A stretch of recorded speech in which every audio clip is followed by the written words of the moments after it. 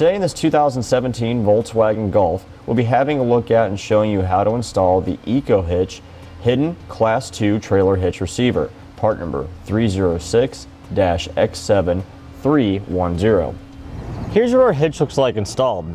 As you can see, without a rear fascia installed, this hitch is completely hidden behind the fascia, and it attaches very simply behind our bumper beam, utilizing existing weld nuts in the frame and existing holes, so there's no drilling required. So if you want to put a hitch on your Golf GTI and still have the sporty appearance, but yet not have a very visible hitch, this is a great option for you. On the side of our receiver, you'll find our industry standard 1/2-inch diameter hitch pin hole to secure any of your hitch mounted accessories. On the bottom here is our plate style safety chain loops. And what's great about these is that even though this is a 1.25" hitch with small loops on it, we can still easily clip on and remove a large diameter safety chain hook such as this one. Welded on the back of it, we have this nice collar that helps reinforce the strength of the receiver opening and also gives us a nice finished look. Another great thing is that it's made out of recycled materials, so for those of you that are concerned about the environment, you don't have to worry about creating a bigger carbon footprint with this. The alloy construction with recycled steels and other metals is a great option for you. Now this hitch does have a 200-pound max tongue weight rating, which is the amount forcing down, and a 2,000-pound max gross trailer weight rating, which is the amount it can pull. You want to make sure you consult with the owner's manual of your Golf and go by whichever number is lower. You don't want to exceed the limits of the vehicle. Now for a few measurements to better assist you in choosing any hitch mounted accessory you may need, such as the bike rack or cargo carrier. You're looking at about 12 inches to the top of the 1.25" receiver opening, and about 5 inches from the center of the hitch pin hole to the rearmost portion of the back bumper. Now that we've gone over some features, we'll show you how to get it installed. To begin our install, we have several fasteners that we need to remove underneath our back fascia here. We have a couple right in the center, one on each side. With the screw removed, we can now take a trim panel tool and pry out the larger clip. We'll do the same on both sides. All right, now we need to remove our mud flap. Your vehicle may or may not have them. We're working on a GTI model, so we do have them. And we'll have 4 torque fasteners just like this one on the inside to remove.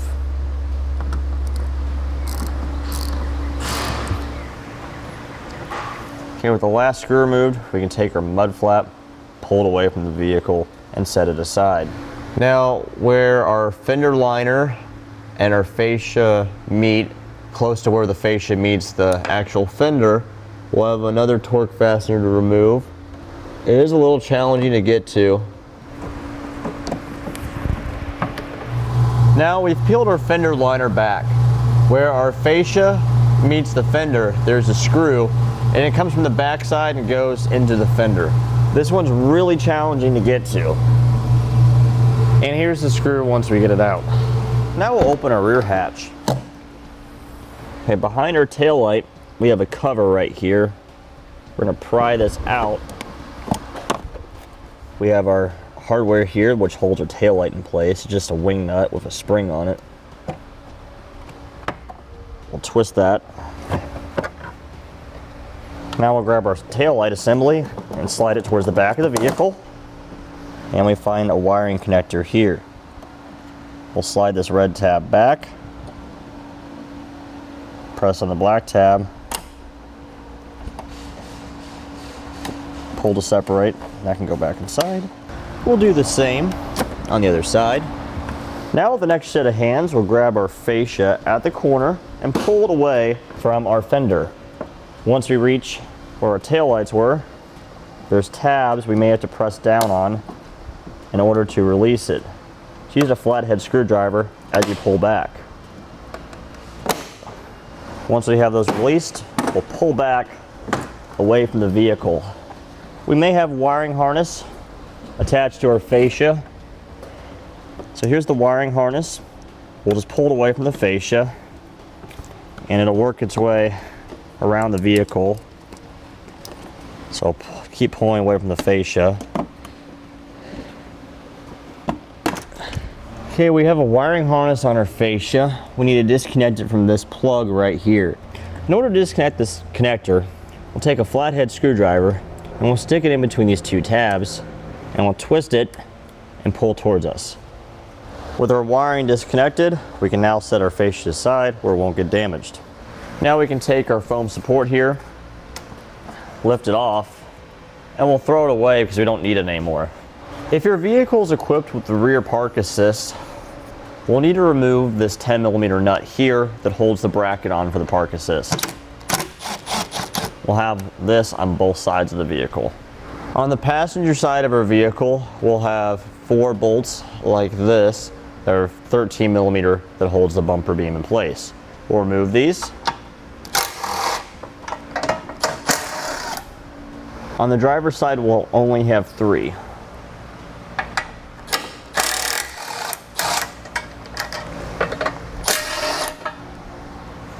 We need to pull our park assist sensors away. Then we can lift up on the bumper beam and pull it away from the vehicle.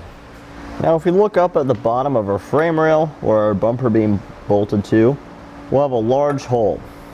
Take one of our pull wires, go through that hole, and work it out the bumper beam area.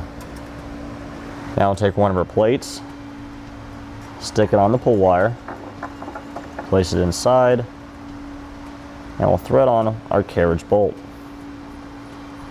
Keep in mind everything we do on one side will repeat on the other. And we'll pull that through and out the hole.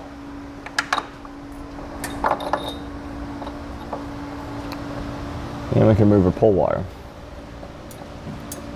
Now we'll take one of our long bolts with just the bolt and we'll thread it into the bottom outside corner, just a few turns on both sides of the vehicle. Now we'll take our hitch and we'll slide it over those bolts. It will go on, you just have to have it angled the right way. There it goes. Okay, with our hitch now resting on the bolts that we temporarily installed, we'll have another bolt, this time with a lock washer and a flat washer on it. We can take our bumper beam this time and we'll push it up against the vehicle and we'll thread through the top inside hole since we have park assist on this vehicle, and we'll just get it started a few turns. On the driver's side, we'll use the top outside hole. With these in place now, we can lift our bumper beam up and remove our bottom bolt. We'll do this on both sides. Okay, on the passenger side, we'll swing our park assist sensors back in place. They'll line up over the hitch and our bumper beam, and we'll install the hardware to secure it all together. We'll put our remaining hardware in on the passenger side. On the driver's side, we'll place our bottom inside one in now. Okay. We'll remove our top outside one. Slide our park assist bracket back over and bolt it back into place. And install our bottom outside one. Now we'll tighten down those bolts.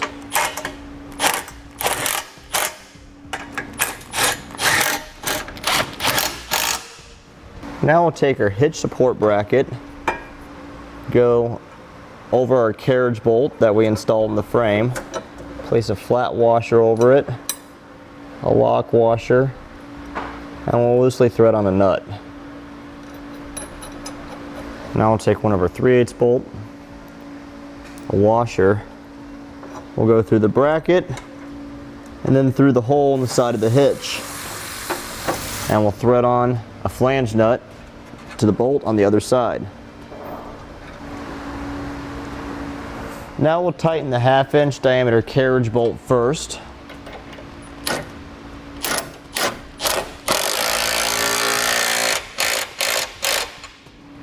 And now we'll tighten the bolt on our support bracket to our hitch. Now we'll torque all of our hardware to the amount specified in the instructions.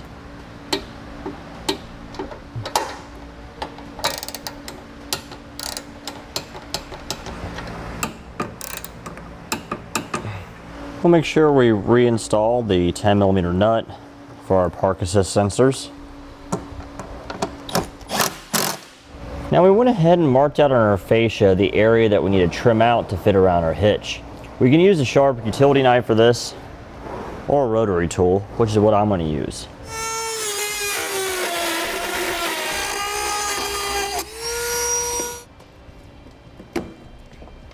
Now I'll take our trim piece here and work it around our edge. Now we'll just cut off our excess.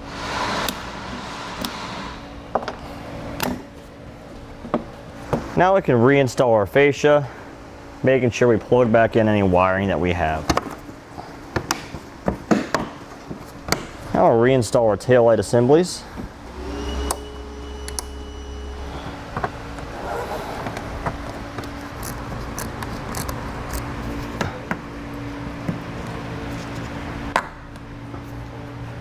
And that completes our look at and showing you how to install the EcoHitch Hidden Class 2 Trailer Hitch Receiver, part number 306-X7310 on this 2017 Volkswagen Golf.